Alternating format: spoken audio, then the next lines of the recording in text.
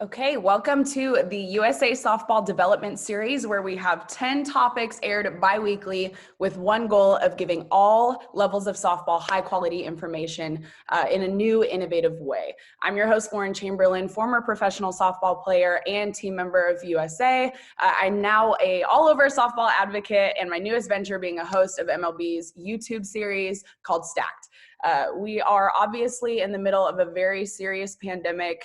While it's easy to see the many negatives that are happening in our current situation, we do try and count the positives, one of them being the internet and our lovely ability to connect with each other from different parts of the world, to stay with other humans and talk about really important topics.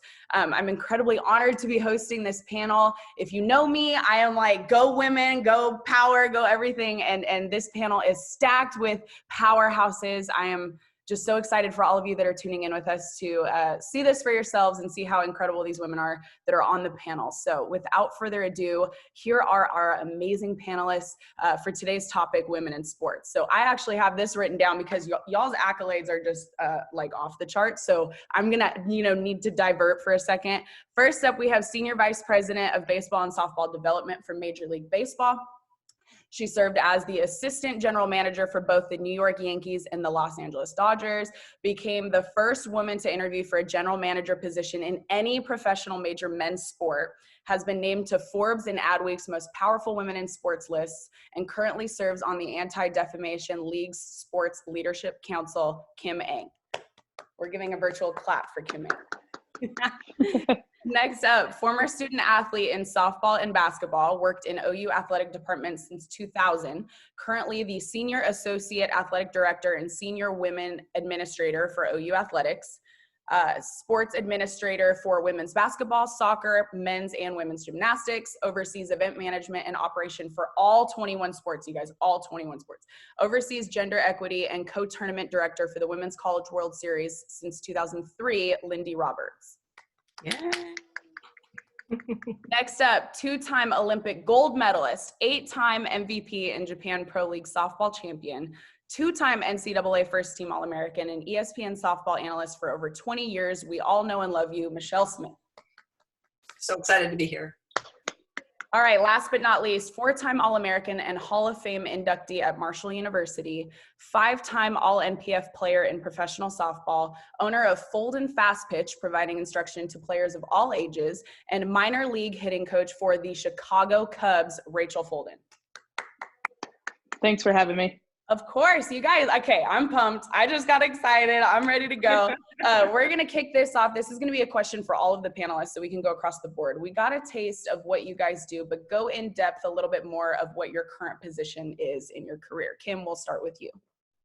Okay, so during my time with MLB, I've overseen all of our international baseball operations, our scouting, our player development, some of the elements of our international competitions. And in the last couple of years, I've also added a lot of our girls and women's initiatives, including growing the game of softball. So happy to be here.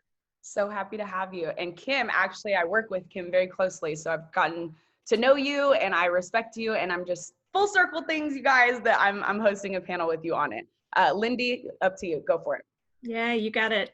Well, I've been fortunate to be at OU, like you said, since 2000, and which is very rare. I think a lot of people move around in the athletics world. And, you know, I started at OU, you guys, as a manager under Coach Cole. So started at the bottom, filling water bottles up and just trying to be a sponge on the wall and taking everything in. And then I met Marita Hines, who, Lauren, you know her, Marita Hines softball field, and she had a position open under her and working Women's College World Series. And I went that route of administration versus coaching, which is what I thought I was going to do.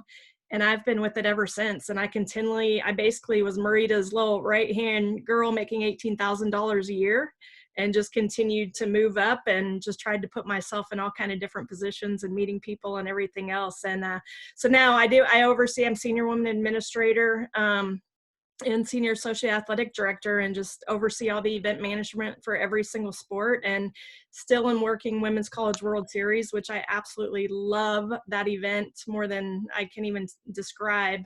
And just being an advocate for women and our all of our student athletes, but especially our female student athletes. And then, I'm the liaison for the Big 12 conference, as well as NCAA, and on multiple committees, and a sport administrator for multiple different sports, and oversee a lot of the gender equity initiatives. So absolutely love it. I love going to work every single day. Amazing. You are all over the place, but we appreciate what you do. It's incredible what you do. Michelle, go for it. Well, I've done a lot of different things throughout my career. I played for a very long time, I guess a really long time. And it was funny because what kind of led to that was going to Japan. I played 16 years in the Japanese Pro League. Originally going over thinking I was going to play 1 year. I thought I'm going to go over, play 1 year, earn a little money, and then go to medical school. Well, 16 years later, I retired, played on 2 Olympic teams for the U.S. And in the interim, in 1995, I was asked to call a softball game. It was the Junior World Championships. It was Team USA against Team Japan.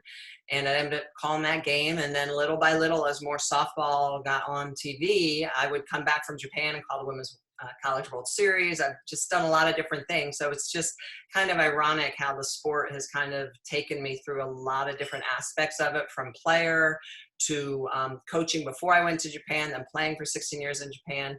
But I love the sport, I love all aspects of it. And I just love how we have grown and become such a strong community for women to go into, even when their playing career is over.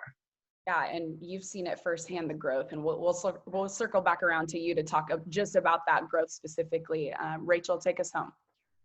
Well, I am on COVID shutdown for my job, just like just about everybody in America is. So right now I'm back home in Northwest Indiana, and I run Bold and Fast Pitch, which is lessons for baseball and softball players. We use a lot of technology and a lot of data, but we also work with like 8-year-olds and 9-year-olds. So we really have to be good at explaining things. I actually have just got done I'm in Michigan right now. I just did a clinic this morning. So that's where I'm taking this call from, which is awesome. So, just working with a bunch of little kids, keeping myself sharp. And that's pretty much what I'm up to right now. I'm still heavily involved in softball, and obviously I'm definitely employed by Major League Baseball too. So enjoying both. Awesome. Well, Kim, we're going to start with you. We're going to go into kind of some more in-depth questions just to kind of see what you guys are all about individually. But Kim, you're in a male-dominated industry, sport. Was there a defining moment for you that you were like, hey, I can really see myself in baseball. I can really see myself, gaining ground in this sport? So, I don't know that there's any one moment for me. I will tell you that, when I was a kid, coming through this industry, I was not the person that said, oh, I'm going to be an assistant GM by the time I'm, 30, and I'm going to be a GM by the time good thing I didn't say that, because hasn't happened yet. So, but, I think there were several different periods where I felt like, okay, this is something that I could do well in. And I'd say early on in my career, when I was with the Chicago White Sox, I was really involved in collecting data and analyzing data for our field staff, for our major league field staff. And at the time, we were doing things that people and scouts and coaches really weren't doing. We were looking at trends. We were collecting data on a pitch by pitch basis, and Rachel can probably talk more about what's being done these days. But at the time, it was pretty revolutionary. And so, and I had grown up, well, not grown up, but I was in college and doing a lot of data associated tasks for my job and through college and my coursework. And so this was really just a natural feed in. And so I was doing well at it. We were coming up with cool and innovative ways to think about regular baseball processes, et cetera. And it just wasn't being done. So it was kind of cool in that way. And I thought, okay, you know, there's a place for me as long as I was, you know, with a club that actually nurtured that. There was a place for me. There was another period, my second job, where I was with the American League, where I was there for only 14 months, but had a lot of impact on the way that we did things there. One of them was revising the waiver process in terms of technology. I mean, when I got there, it was so incredibly antiquated, but again, using my technology background to help in that process. And so again, it would, you were getting noticed. When I was there at that job, I was talking to a lot of assistant GMs, a lot of general managers about different rules, helping them to navigate their rosters and help them figure out ways that they could get things accomplished that they wanted to do on the rosters. So, you just, I could feel myself building steam. And when I look back on it, it really is fun to think about, the type of access that I had at such a young age. And then I think there were clearly two aha moments for me in my career where I thought, okay, this is a big deal. And that was, when I became the assistant general manager of the New York Yankees, and obviously one of the most storied franchises in all of professional sports. Brian Cashman called me and told me I got the job, et cetera. But it wasn't until I actually bought a newspaper, because the internet was not as big a thing back then. So I am dating myself, but I opened up the paper, turned to the sports section, and I saw my name. And my name is ridiculously small. It's 2 letters, NG, with no vowels. So I saw my name in print, Ang, 29 years old, is, become the second woman GM, assistant GM in baseball history. And I was looking at that sentence and just thinking, oh my God, this is crazy. What is going on? And so it was really, that was probably the most stellar moment. And then, probably one of the more recent moments was I was being considered for a general manager's job a number of years ago, and a writer called me and he said, "Hey, Kim," he goes, "I just spoke to the owner, and we were having a media session, and a question was asked, which was, will the new GM be able to bring in his own field manager?" And the owner said, and this owner was, much older man. And he said, yeah, he or she will. And I think it was at that moment that it really hit me that this could happen. This could happen. It could happen to me, but this could happen in my lifetime. And it was really cool to think that I had been a part of changing people's minds, on a generational level. And so that was really the first time that it hit me in that way, that this was about a much bigger moment than myself, that it was just, there could be history at some point pretty soon. Anyway, so those were the moments. So cool. Thanks for sharing that. I think it's cool to look back on things like that. And I'm sure it's awesome for you too. I've gotten to work closely with you, Kim, on some of your grassroots programs, including Play Ball, that really have a heavy focus on softball. So talk about MLB's focus on including softball and growing it at the grassroots level. Yeah, absolutely. I can tell you that, when Commissioner Manfred took over 5 years ago, one of his biggest platforms that he ran on was increasing the participation of baseball and softball, youth participation. And, our department has grown immensely over the last 5 years. I can tell you on the softball front, we had a town hall early last year, or actually late last year. And he said that for his agenda for this upcoming year, softball was one of his top 5. And so you will see, and hopefully you have seen, that there is much more of a Major League Baseball presence in this arena, in this landscape. We think it's incredibly important. Obviously we've been about baseball for so long, but it's important to acknowledge, obviously, the girls and women in this industry. And we are proud to be a part and, to be a partner of USA Softball.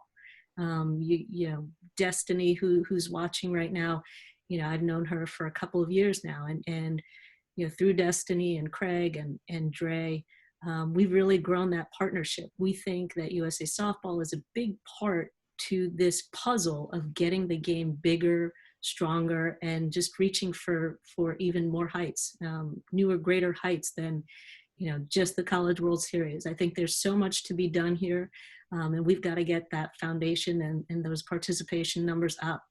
Being a former softballer myself, there's nothing that I really want to do more than really try and help this game. This game has provided so much to me in my lifetime that, I come from a family of 5 girls. I'm the oldest of 5 girls. We all played softball. I can't remember. I think it's 4 of us played collegiate softball. So it's really important to me on a personal level. And it's really important to the commissioner and my entire department that we just try and help the game in any way that we can. Awesome. And I know we have a lot of young girls that tune in to these panels. So girls that are listening, be excited about Major League Baseball's involvement and look forward to what's coming for the sport of softball. We're so excited, Kim, to have you guys on board. Lindy, you're up next. You've had a few different roles and for a long-standing amount of time within the athletic department. Talk about all of the opportunities that have come up for women that are ready to move on to the next thing and hang up their cleats. Yeah, to be real honest with you, I think any opportunity is available if you're willing to put in the work, along the way. So, it used to be one of those things that, back in the day of, especially in athletics, is, oh, that's a man's job. That's a man's job. And it's unbelievable how things kind of have pivoted in that way to where, more and more and more women, and there's still not enough. We still need so many more women in athletics all across the board. I think it's unbelievable, Kim and Rachel being on this call of, being in baseball. Baseball is not just for men. So Jessica Mendoza, I just sit there and look at her and what she's doing with Major League Baseball, and it's unbelievable. So, that's the thing that I preach of many, many, many student athletes, and we do exit interviews and we talk to them and we follow them. We're with these student athletes for 4 or 5 years and hopefully have a great relationship beyond, to where we still keep in touch with our student athletes to see the great things that they're doing. And that's the big thing that I always preach to them is just, if you have a good attitude and you have a good work ethic, be prepared to start at the bottom, get in there and do whatever you can just to learn. And you can just get your foot in the door and just prove yourself. And you can do whatever you want to do after you hang the cleats up or the basketball shoes, whatever you do. And you can just see the excitement in their eyes, to be honest with you, of just, very, very few people go on and play professional sports. And that's like me. Did I always want to play professional sports? I sure did. But then I also was realistic about that's not going to happen for you. So the next part about it was, I knew beyond the shadow of a doubt I wanted to be in athletics. So I knew when it was time to hang up the cleats, and I tried to put myself in the absolute best position and be around the people that know the game, know athletics, and just try to learn as much as I possibly could from them. And I just knew something good would come out of it. So, and it's been absolutely phenomenal. And I still continue learning from all of those people. Marita Hines is still a tremendous friend to me, but also a mentor. I've called her, I can't tell you how many times. We still keep in touch, and she's living out in New Mexico in Ruidoso, and I'll call her and be like, Marita, what would you do in this instance? And she just absolutely loves it when that happens, because it still helps her to keep involved with everything as well. Yeah. So numerous of our head coaches are tremendous mentors of mine. I'll call Coach Gassel, I'll call Coach Cole, numerous coaches. Just, I don't ever look at it as you're their boss or talking down to them or whatever. I always look at, no matter what, I don't care about positions of any kind. I just look at it as we're all in this together, and how can we make it better for all of us, and most importantly, our student athletes. So it's worked really, really well. And that's the one thing I'd say after you hang up, your cleats, as you said, of just be ready to put the work in and you'll be fine. And your work is extremely meaningful, even for the ones that do go professional for however long. I just recently had to hang up my cleats, and I remember those relationships that I had with, the men and women that worked in the athletic department that spoke life into me and wanted me to be great after I stopped playing this sport. So Yeah. you're so appreciated, and we love what you do. So know that it means a lot to us. Good. Thank you so much. You're welcome. Michelle, you played with competitive fire. You're like one of my goats, okay? Like, this is really cool to have you on this panel, but that competitive fire and drive that you had playing the sport at the highest level, winning medals, how has that helped you evolve in your role at ESPN? Well, I think we're probably all pretty competitive, right? You play the sport collegiately, and if you keep playing, you go on. I think at some point as an athlete, you're always like, how can I be better? What can I do? How can I get the competitive edge? And I think that's maybe just something that's innate in me, that I want to push the limit. I want to see how I can be better. I want to see if I can make my teammates better. There's just, it's the journey of every day going out and doing a little bit more, a little bit more, a little bit more. And so I think that's just a big part of how I approach everything. So taking it from the ball field to being an analyst for ESPN, when I first started working for ESPN, I had no idea what I was doing. Because I was pre-med, as I mentioned a little bit earlier. It wasn't like I was in journalism or anything. And I'll never forget when I did call that game, they just said, just say what you say what you see. Just say what you see. Talk softball. And I was like, oh, okay. Like, it's just that easy. I tried to make it conversational. My first game was interesting on a lot of different levels. And if we had 2 hours, I'd tell you about it, but we don't. I'll just say it was interesting.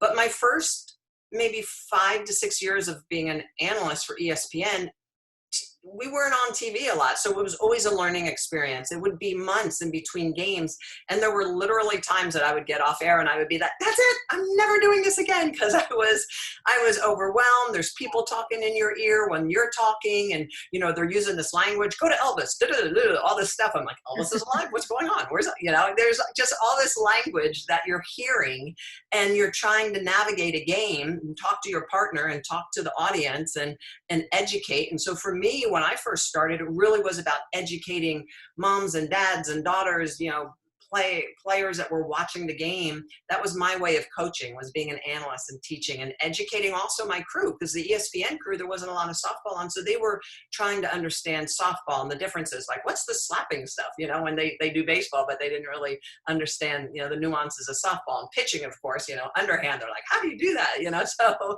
for me, it was really, kind of getting thrown into the water and learning how to swim and really just learning to fall in love with the game from a different aspect of it, and being competitive and wanting to do so well that people would want to come back and watch our sport, right? Because our sport really has exploded since TV really we've been on TV, and people realize how good it is and how quick it is. And that's why pace of play is a huge topic, and not just softball, but baseball, but every sport, because people's time has become more valuable, and there's just so much information being thrown at people that to try to keep someone's attention is really, really difficult. So I approach being an analyst in my job at ESPN the same way I would approach attacking a hitter, or attacking and writing a game plan, how I'm going to attack a team.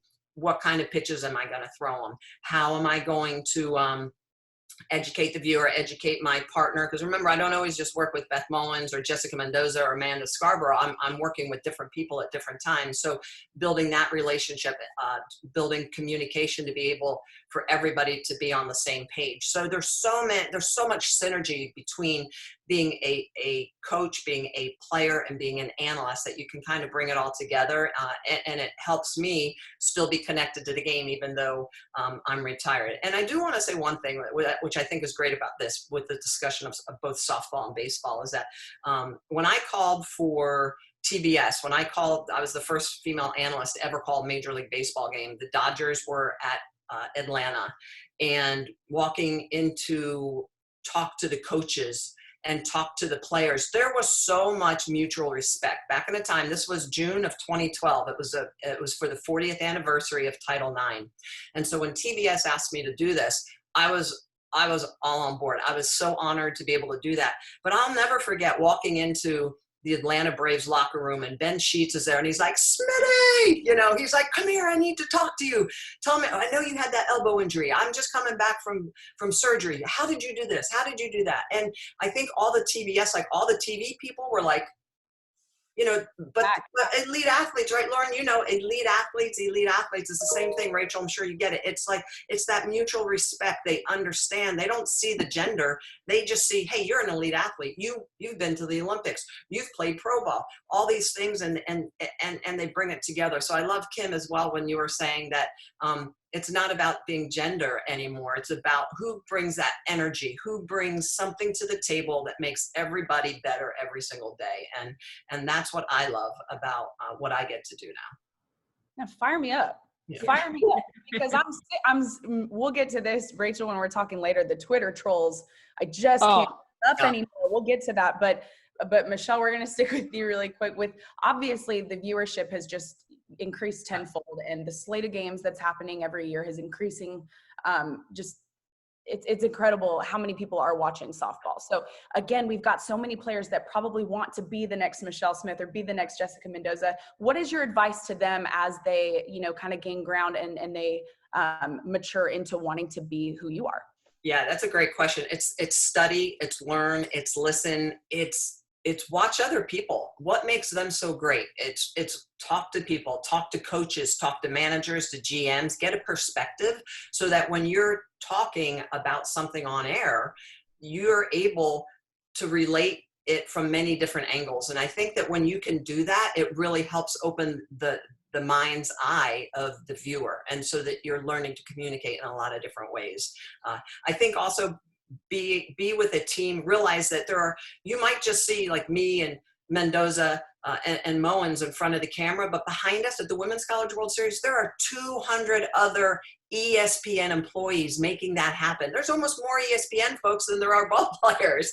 And that's how committed ESPN is to the Women's College World Series and to making this event a bucket list for a lot of different people, not just the players, right, getting on the field, not just the coaches, but the fans to come see it. So it's getting your foot in the door and bringing energy every day. And whether or not you're a runner for ESPN or you're working in the truck or audio or a camera person, there's just opportunities to get in there and work your way through until you find a position that you're passionate about. Awesome. Well, we can't wait to see you back on. And yes. I'm itching for some college softball. It's not even time for college softball, and I'm just still ready for college softball. So we can't wait to see you back on. Rachel, all right, you're up. Tell us about your playing career and how it led you to where you are now. Did you always want to coach in baseball? Talk us through that. Well, I was a baseball player first, and baseball, I joke that baseball was my first love and softball was my second. And I just grew up. I have older brothers, so I played baseball. I played Little League baseball till I was 12. I was terrible. I was an awful baseball player. Well, I wasn't a terrible player. I just couldn't hit at all. And I was, at that point, I played multiple sports. Basketball was my best sport by far at that age because I was still the same size as everybody. And then everybody grew through puberty, and I just stayed the same. So basketball didn't become a viable option for me. And I always got told that you have to play softball. At some point you're going to have to play softball. And there was, when I got to high school, I didn't start playing softball till high school. So when I got to high school, it was I started to play. And I remember in baseball, I was a very average baseball player, right? At best. But I switched over to softball, and I will never forget the very first ball that was hit to me. I was playing third base. At first I had to understand that in softball you play third base in front of the bag, not behind the bag, and that was a fiasco in itself. But first ball got hit to my left, and I fielded the ball. I threw it on the run, kind of wrong-footed. I threw it on the run and threw the girl out at first, and everyone was like, "Whoa!" And I was like, "Hey, dude, I'm pretty good at this. This is pretty fun. I think this is pretty fun." So when I switched over to softball, I always thought softball, in my brain, it was slow pitch softball. So I never wanted to play. I was like, softball's stupid. It's the dumbest sport in the world. I thought it was dumb. But that was because I played baseball and I had access to it. When I switched to softball and I made that one play, not only was it a confidence booster for me, but I also realized, and maybe I didn't know it at the time, but that like, why weren't the rest of these girls taught how to do that? I was taught how to do that. And so I start, you know, like as I go and I'm playing in high school and I'm playing in college, I ended up being pretty good. Now that I'm on the coaching side and I go watch a Little League baseball game and a Little League softball game, the way that they're coached is completely different. And that bothers me. And it bothers me to my core. And so as lessons, thought that I could coach baseball players. And I have a few times. It's usually the older brother or younger brother of a girl that I already give softball lessons. And they'll, you know, the parents will bring them in and that's just how it starts. And so now, you know, I get this job with the Cubs and it's like, oh, now I'm qualified enough to give baseball lessons to a lot of people's sons now, right? I had to get hired by a Major League Baseball team to finally be qualified enough to do this. And I think like when I go back to those Little League years where it was always like, hey, that team has a girl on it, or, oh, wow, that girl's pretty good. You know, it's like, it was always a thing that I was a girl. I think that really did prepare me for what I'm facing now in terms of, you know, it comes up all the time, you know, the Twitter trolls, like you were talking about, Lauren, like it comes up all the time. But I think, you know, like my playing experience of just being able to play through that transition, be adaptable, play another sport, fall in love with another sport, fall in love with working hard, you know, approaching it like an athlete, I think really has come full circle and prepared me for this. And I think, did I always know that I wanted to coach ball? I don't know if I always, like, it wasn't like a goal that I wrote down where I was like, I'm going to coach in the major league someday. That never made it to my list, but I've toyed with the idea of applying for college baseball jobs before, just because I was like, I wonder if someone would hire me, because I think I could do it. I just wonder if someone would hire me, and I almost just more as like a let's see what happens kind of thing. But I never did it, and I just, you know, I've always been looking for ways to get more involved with baseball because it was my first love. It was the first sport I fell in love with. And so when this opportunity came along and I realized the importance of it, right? The importance of being one of 4 women in uniform this year, I get it. And I couldn't say no to it. And I'm having a blast doing it.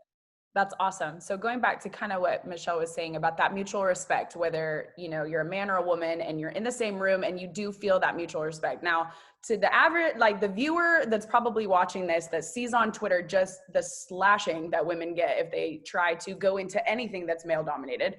Talk about when you're in, you know, the cages with the guys, like your first experience, like what was that like when you got the coaching nod and you did get that first experience as a coach?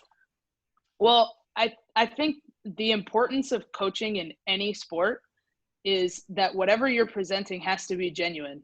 Like if you are trying to be a version of yourself you're not, you know, like we all have this vision of like when we were kids, like what a good coach is supposed to be. And it's like, if you try to be that, like players will see through that so fast, right?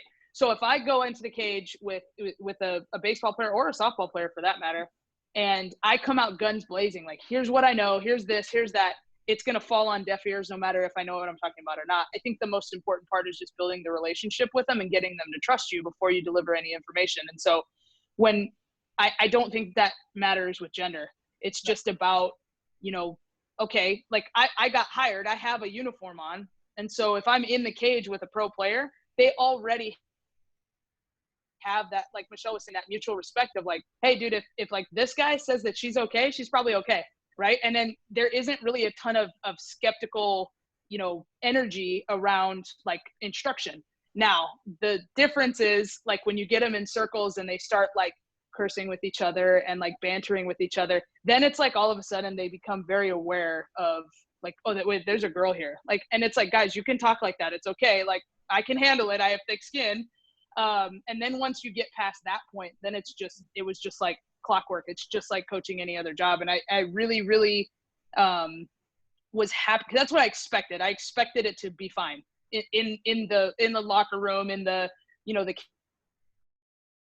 cages, in the dugout stuff. I expected it to be completely fine, and it has been. And the Cubs have been a great organization, and they're super, super supportive. So. Okay, awesome. That's great. And we actually had a fan question. I'm going to stick with you. How important is it to have a backbone in your job? Oh, I mean, it's like super important. Like I have to, like the first, I had to on my family group chat, I had to send a text out to my whole family. Like, listen, you guys are not to respond to anybody that's on the internet. It doesn't bother me. I'm okay. Everybody, I'm okay. Because yeah, you're going to get a bunch of stuff, right? Because I've never played Major League Baseball. So clearly I could never, ever teach anybody how to play Major League Baseball. So, that kind of having a backbone, like you just have to stop caring about what other people's goals are for you. And you have to just start caring about your own. Like I have my own goals and it's just noise. It's just outside noise. I don't have to listen to it. It is important though, because if you care how everybody is perceiving you, a job like this would eat you alive. And I'm sure Kim has felt that. I'm sure like any athlete who's gone and played a pickup, if Michelle's down in Florida playing a pickup basketball game with her friends, it's co-ed. I'm sure there's some sort of like, sexist comment that's going to come through. It's like, you do have to have thick skin for sure. Yeah, you just got to keep going. Have you ever thought about doing a podcast? You know what? I do enjoy. I love this stuff. So yeah, I want to. Let's do one. You just pumped me up. Like I was like preach the whole time. Like I was with you the whole time. Let's do one. We'll do a podcast together. Well, you know what? We're gonna get on a Zoom after this. We'll talk about it. Okay. Last thing for all panelists. This is just across the board. Think of one piece of advice that you would give your teenage self. If you could go back to where these girls are that are tuning in now, if you could tell yourself one thing, knowing what you know now, what would it be? We'll start with you, Kim. Okay. I can't curse, can I? Yeah, maybe not. Don't ask me. I would say, as aggressive as I was as a kid, I would just say, have no fear.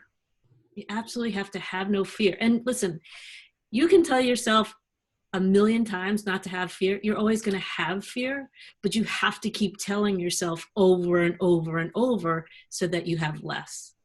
I think, there are a lot of times where we don't know because we've never done it. But who cares? You can fail at just about anything and just, pick yourself up, brush yourself off and get in there again. That's what it takes. And, to Rachel's point, about having thick skin, you have no idea. This is a part of, has been a part of my world for a long, long time, ever since I've been in this industry. You absolutely have to have thick skin. It takes way more to walk away than to engage. And once you've engaged with someone, then they know they have you, right? And so, it takes a lot to be able to walk away. And, sometimes you're afraid of that, but you just have to do what you feel comfortable with. Everyone's got a different personality. And I can say that I think my personality has changed a little bit since I was a teenager, but it doesn't change a whole lot. I will say that. What you're looking at now, I was very much the same person when I was a young teenager. And you just, all of us need a little confidence now and then. And you just have to keep telling yourself, just get back in there. Just get back in there. You know what? You tried. The worst thing would be if you didn't try. That's the hardest thing to accept, because then you will always have regret. And I will say this, in my career, I've made mistakes, I've done dumb things, et cetera, but I don't have any regrets. And you don't have regrets when you just keep charging through. And that's what we've got to do. No matter my career, anybody's career, whether it's school, whether it's on the field, you just got to keep going. That's Awesome. what I would say. Awesome. Lindy, what would you tell yourself? I always tell myself this now about, looking back on things of, I would say to be aggressive. I was always one of those, I was always very, very aggressive in playing my sport, but my personality is basically one of those things of just put your head down and work, and good things will come to you. And a lot of times it's one of those things of, yeah, good things come to you, but it's also one of those things of you've got to push it a little bit to make it come to you. Sometimes it'll come to you a little bit faster or maybe in a different way. It's taken me a long time to I haven't regretted one single thing, as Kim has said. But sometimes I think it's taken me a lot longer to get maybe where I could have been a little bit faster. But just being aggressive, but not overly to the point where you're overly aggressive. And Kim, you're exactly right. I don't think your personality changes at all along the way. You just may be mature a little bit along the way. That's for sure. But it's one of those things of, yeah, I still see myself as the basketball player back in the day. I still think I can play basketball or softball. And then you're like, oh gosh, I'm 44 years old. Holy cow, what are you thinking? You know, but Got it. I'm sure you still got it. it's crazy if you still think you're a young kid, you know, and can go out on the field and play and whatnot. But it's one of those things of, man, just be aggressive and go for it every single chance that you can get, you know, and don't leave anything on the field or whatever you play. So that would be mine. Just be aggressive and go for it. Amazing. Michelle, what would you tell yourself? Probably to enjoy it, and to embrace the adversity that you're going to face in every aspect of your career. And you know, I think when I didn't start to pitch, I was a sophomore in high school, and so by the time I got to college, I wasn't 100%. It was just a lot of pressure, and I wasn't really sure if I liked it. That's where I wanted to be. And then I was involved in an accident and told I would never pitch again. And so all of a sudden it was like, no, wait, I like it. I want it back. And so I think all of us can relate that our careers went really fast. I mean, even though I played 16 years in Japan, it went really fast. It's like, hold on, how did I end up retiring at the end? It just, before you know it, your high school career, your collegiate career, your pro career will be over. And so I've always said softball is what I do. It's not who I am. So I better be a really good teammate and a really good person, because I'm going to be that my whole life. And my career is there's an end point at it at some point. So so for me, I think it was learning and understanding when I was 19, having my sport possibly ripped away from me, that it just taught me so much, and how to stay connected to the game. And I'll remember distinctly, there were times in Japan where we'd be in a super important game and the bases would be loaded. I'd be on the circle and I'd go to the back of the circle and I'd look around at the beautiful landscape, the mountains, and I'd be like, wow, I am so blessed. I'm in Japan. I am so blessed. And I'd turn around and be like, all right, let's go. Bases loaded. I'm getting out of this, you know? But so you have to have that ability to be like, bring on the adversity. I'm going to get through this. I'm going to embrace it. And it's ultimately going to make me better.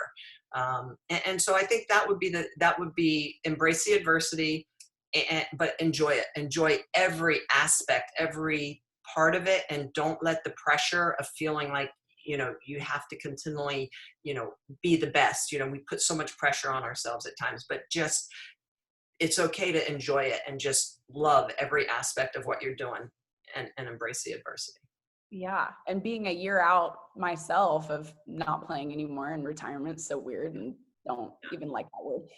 But being out myself, those are the moments that I remember where I was, you know, at first base and Georgia Casey's at second base. We're about to win a national championship. And I'm looking at her and I'm like, dude, this is the coolest thing we've ever been through. You know, like those moments are the ones that I remember where it's just so high pressure, but you take that second to kind of step back and say, like, look at our lives, like, look at what's happening in this moment. So that's huge advice. And I echo that completely. Rachel, what would you tell yourself? I would probably say that, like, to speak up. That would be what I would tell my teenage self. When I was a teenager, I cared more about being well liked than doing what was right. And I wasn't a bad kid. I'm not saying that I was, but I think that leadership has been a lifelong journey for me. And I always had times where I wanted to speak up or I wanted to say something, and I didn't because I didn't want to make anybody mad or uncomfortable. And you realize that that's where the growth really happens. And so coaching has really helped me find my voice and my leadership, but it's not something that came naturally for me. And I think anyone who's known me as a kid would probably tell you the opposite. But I know in the way that I felt was I would always try to be well liked, and I look back at it and I think I should have held somebody accountable for that, or I should have apologized for something instead of always trying to appease and make people feel comfortable around me, because now that I'm on the coaching side, the discomfort and the adversity and, you know, the hard times are when we learn, and it's not during when everything is, you know, super blissful and you're feeling great. It's when you're struggling is when you learn the most. And so I think I would have spoke up more. I think I would have been a leader because I wanted to be. It was in me. I didn't let it out because I didn't want to make anybody mad. And I that is something that I have learned and coaching has taught me, and I feel like I've grown a lot. Boom. I think we cut it there because I am inspired. I hope that everybody watching has just gotten a little taste of who you incredible women are. To me, you're amazing. I could say so many things about you. So thank you for allowing me the opportunity to host this panel. Big shout out to USA Softball for the platform and in continuing to give softball players across the board. Yes, round of applause for USA Softball. Thank you guys so much. This episode is going to be housed on USA Softball's Facebook, as well as usasoftballeducation.com. Everybody that's watching, keep up with USA Softball on social media. You'll see everything that's happening with the national team as they prepare for 2021. And you can get more information on this amazing series that they have for us. So everybody on the panel, Lindy, Rachel, Michelle, Kim, thank you guys so much for your advice and input. And I can't wait to talk to you guys soon. Thanks, Lauren. Thank you. Lauren. Guys, bye everyone.